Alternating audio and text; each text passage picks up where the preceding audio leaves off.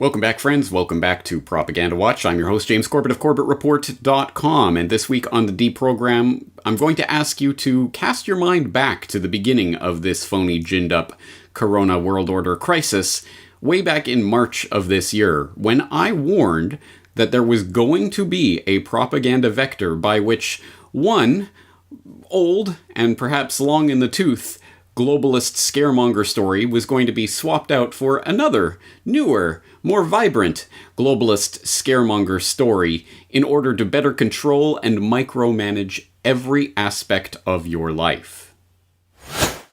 Yes, if you haven't noticed it by now, you are about to notice it on a large scale, specifically the connecting of one globalist-backed, agenda-pushing scaremonger story with another globalist-backed, agenda-pushing scare story designed to spur the public into action of various sorts, or to design more specifically to allow governments to crack down on the public in various ways. And I think it's easy to see how those two agendas go together, but we are going to see that linked in the public imagination more and more going out from here.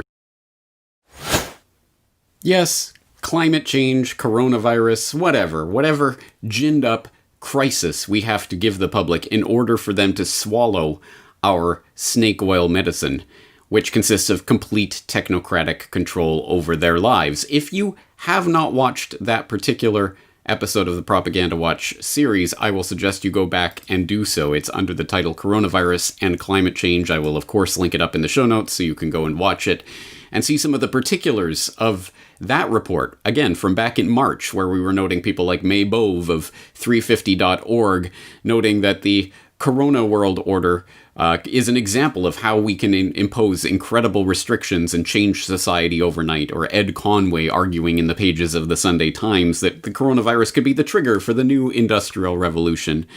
The money quote from that particular article being, "Hardcore climate activists have long railed against economic growth. Oh, stupid people rising out of poverty. It's horrible.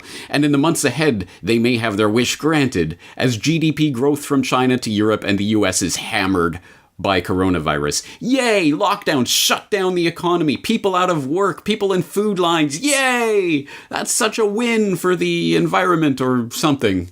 Whatever excuse we have to come up with. That is the mentality of the people that we're dealing with. And of course, the logic of that has only continued to play out in its inevitable way since that time. Again, back in March, 6 months ago, we've seen, of course, the World Economic Forum and the Great Global Reset and the Build Back Better slogan, that ubiquitous slogan for 2020 and forward that is coming up everywhere now. Yes, it seems like Agenda 2030 has just been moved up a decade. And yes, it is, once again, as we sit here now at the 6-month mark of this ginned-up phony crisis, it is worth once again cogitating on the fact that this is not just a happenstance. This is part of an agenda. It is a continuity of agenda that we are seeing from the old paradigm of, oh my god, that life-giving CO2 gas is going to kill us all, to, oh my god, this coronavirus is going to kill us all. Asterisk, well, not really, but anyway, give up all your rights.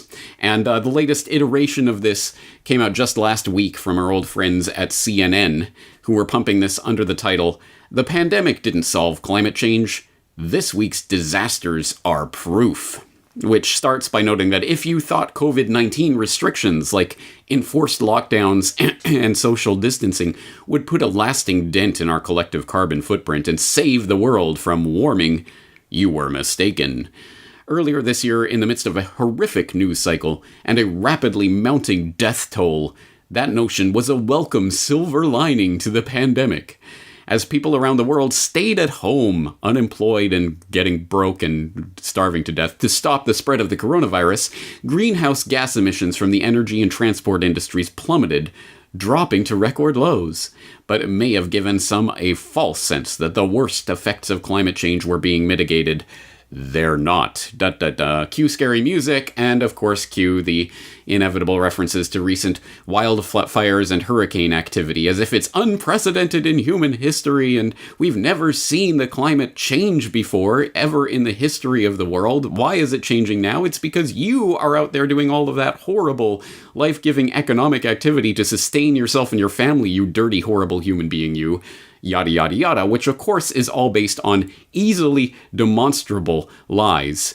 Actually, the worst kind of lies, because they're generally unfalsifiable, as I have talked about at length in various work that I've done on this subject in the past. I will reference you specifically to a video that I did 4 years ago on weather is not climate that debunked all of these notions about this extreme weather being proof positive, settled science, folks, that climate change is the culprit for changing weather. Of course, it is not. And you can see it again even in this particular CNN article we're referencing, where this particular hurricane season is now proof positive. You see, we told you there'd be more hurricanes, and now there are more hurricanes. Therefore, you see, climate change equals more hurricanes, just like we told you all along. Whereas, of course, if you go back to that previous video that I'm referencing here, Weather is Not Climate, you'll see that during the longest drought in recorded history in the US for hurricanes, i.e. the longest period of low activity of tropical cyclones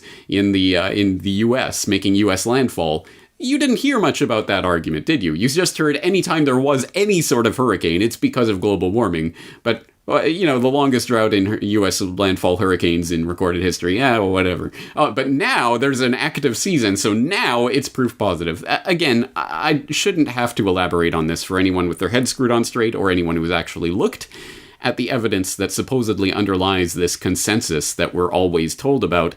But unfortunately, very few people do.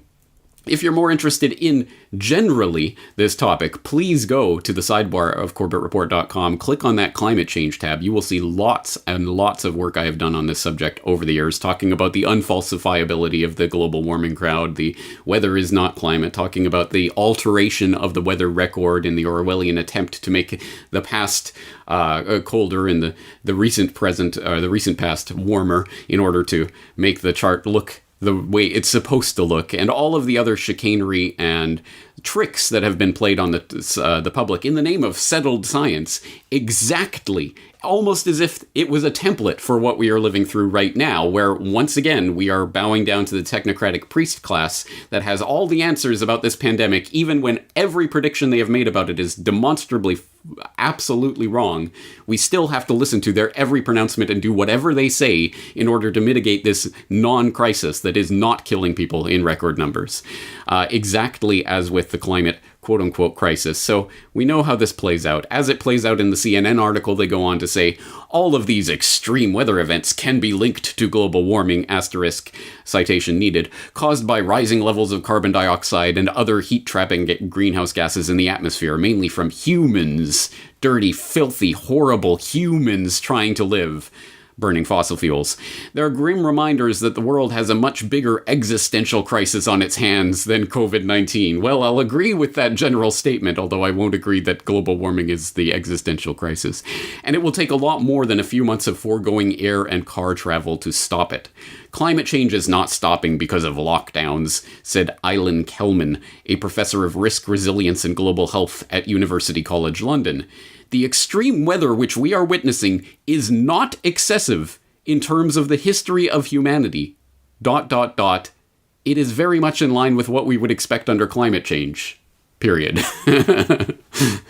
Please pause this video, read and reread that sentence, because I think there's a very interesting thing going on here, and probably something very interesting being covered up by that ellipsis in that middle of the sentence that CNN unhelpfully does not provide the full context for. But yes, the extreme weather we're witnessing is not excessive in terms of the history of humanity. All right, yeah. So what's the problem? Oh, it's very much in line with what we'd expect under climate change. Well, again, what does that mean? Anthropogenic climate change? And if so, to what extent is the anthropogenic factor? Exactly how many decimal places of accuracy can we pinpoint that number? And what's the data underlying it? Details, schmetails.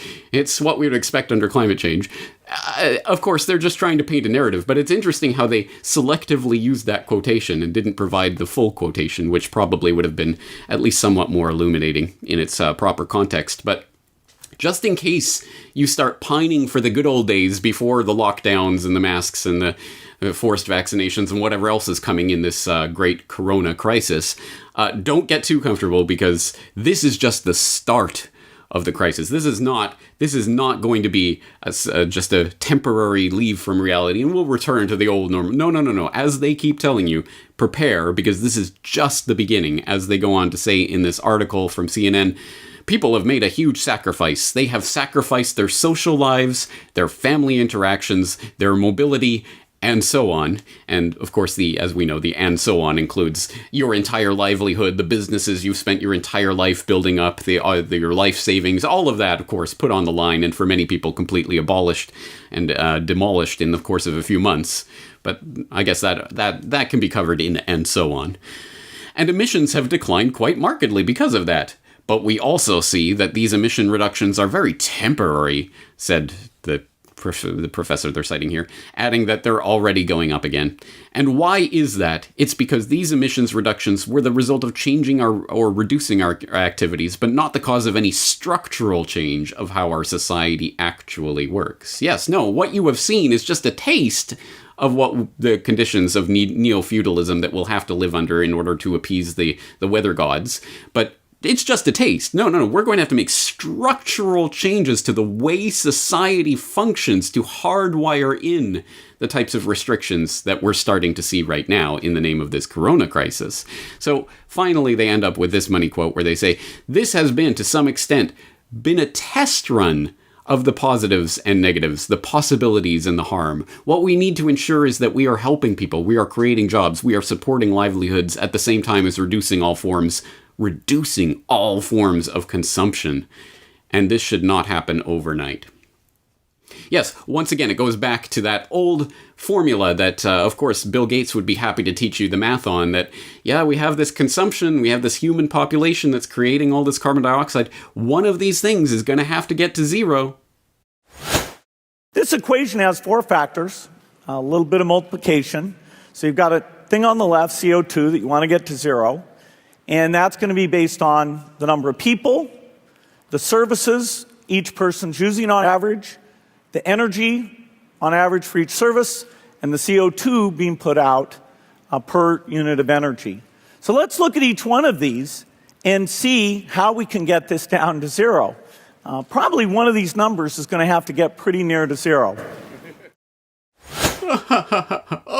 Oh, good one, Bill. Yes, something will have to get pretty near zero, won't it? I mean, CO2, human population, whatever. And, we should listen to Epstein's good friend Bill Gates and his associates when they lecture us about what steps we need to take to save ourselves from this scourge of coronavirus, right? The vaccines or whatever else is coming. And if you question it, you're crazy, right?